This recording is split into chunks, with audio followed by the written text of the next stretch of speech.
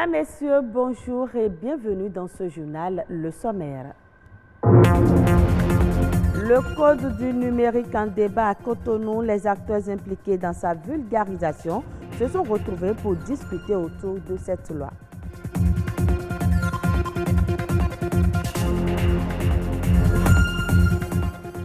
Demain 10 janvier, c'est la fête des religions endogènes au Bénin. Plusieurs divinités sont à l'honneur.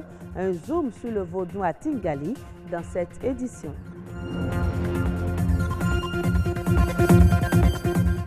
Le Sénégal va se doter bientôt d'une loi sur la gestion des déchets dangereux. Le test en gestation va permettre au pays d'élaborer un cadre juridique national.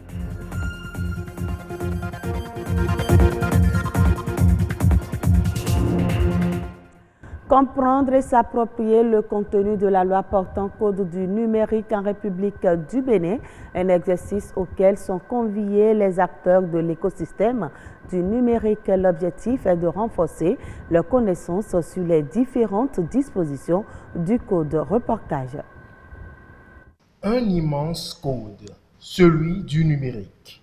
Un paquet de 647 articles qui régissent le secteur du numérique, pose le contexte et fait évoluer le Bénin dans un cadre rassurant de l'utilisation du numérique. Un tel secteur, vous devez vous en douter, génère des intérêts, source potentielle de conflits et appelle tout court à être organisé.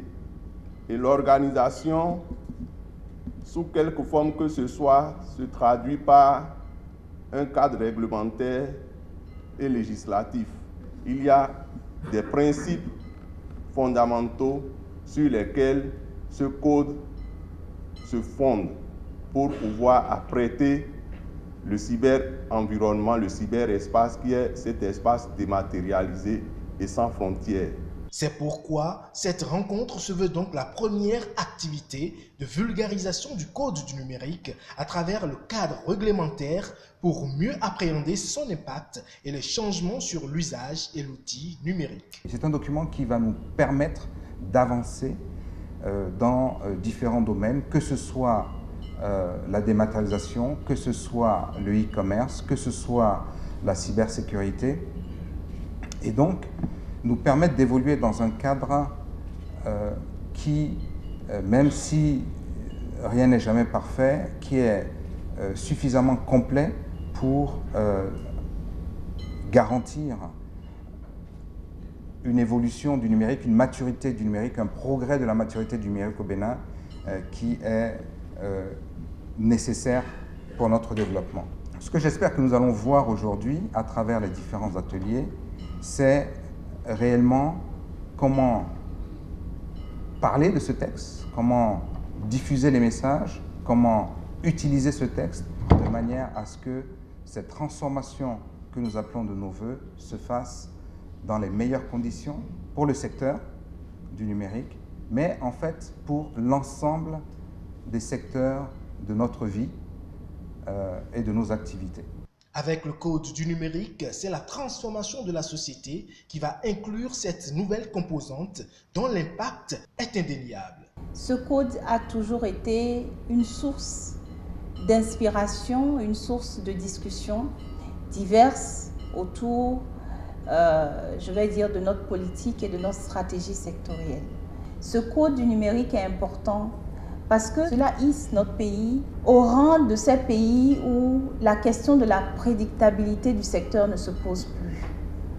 C'est-à-dire qu'aujourd'hui, tout investisseur, toute entité ou structure qui a envie de venir embrasser l'un des secteurs de l'économie numérique, aussi bien dans le domaine des communications électroniques que dans le domaine, disons, des services innovants, eh bien, toutes ces structures, toutes ces entités savent à quoi s'en tenir.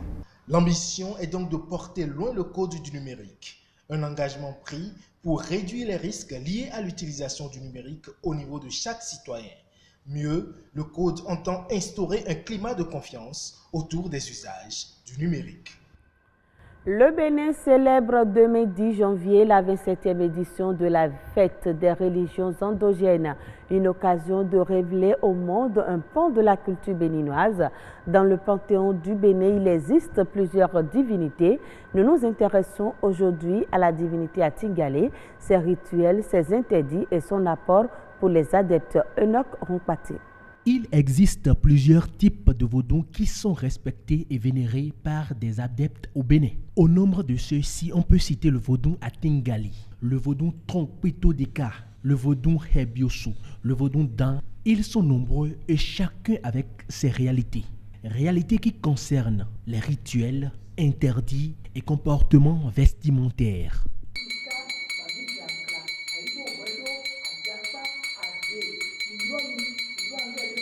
Le vaudou Atingali auquel nous nous intéressons ici est bien connu dans l'univers endogène béninois.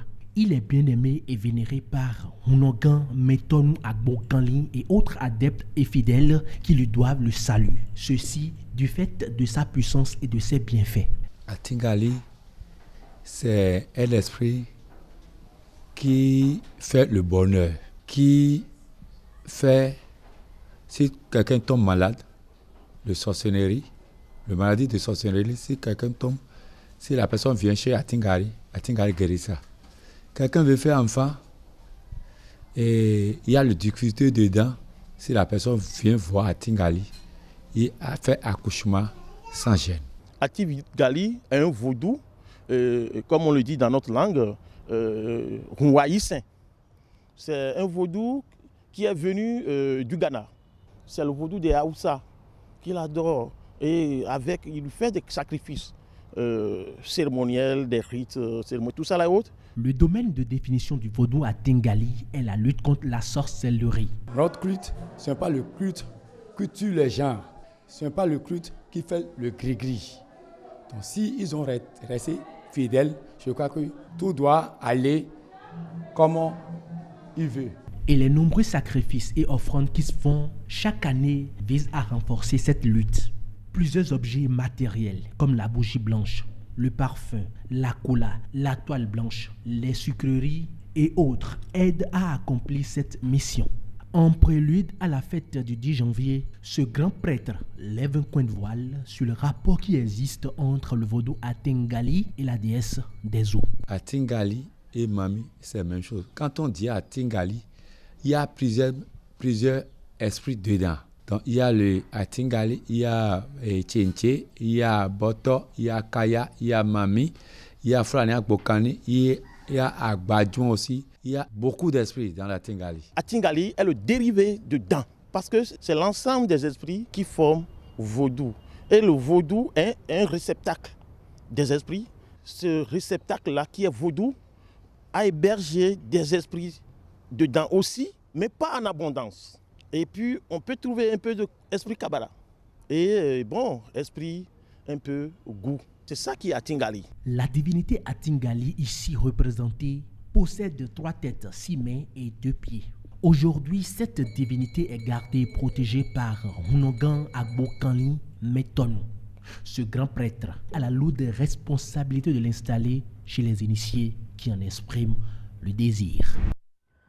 Et nous restons sur le même registre. Les revenants communément appelés Egougon par les Yoruba et Kovitor par les Gou et le Tronkpetove sont 2 divinités vénérées au Bénin.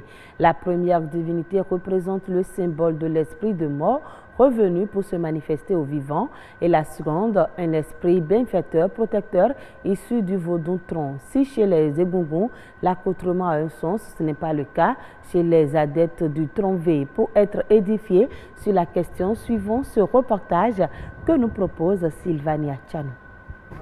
Le vestimentaire, un élément capital dans le vaudou. Il diffère d'une divinité à une autre.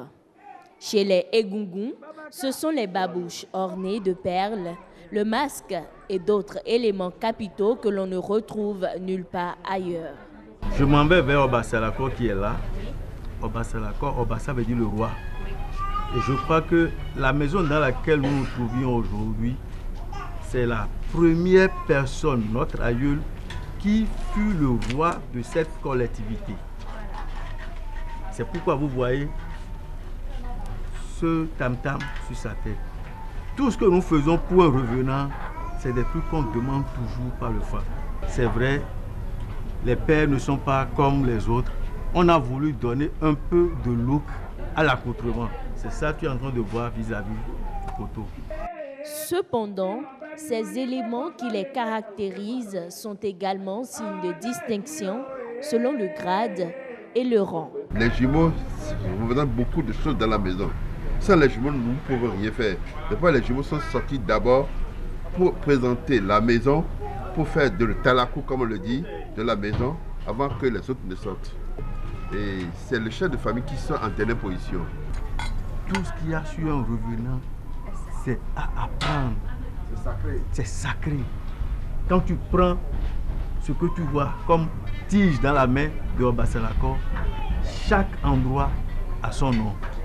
Quand tu prends le revenant debout comme ça, chaque partie de ce revenant a son nom. Contrairement au Egungun, pour les adeptes de la divinité Tronkwito V, le vestimentaire n'a pas une connotation particulière. Nous n'avons pas un code vestimentaire que nous respectons.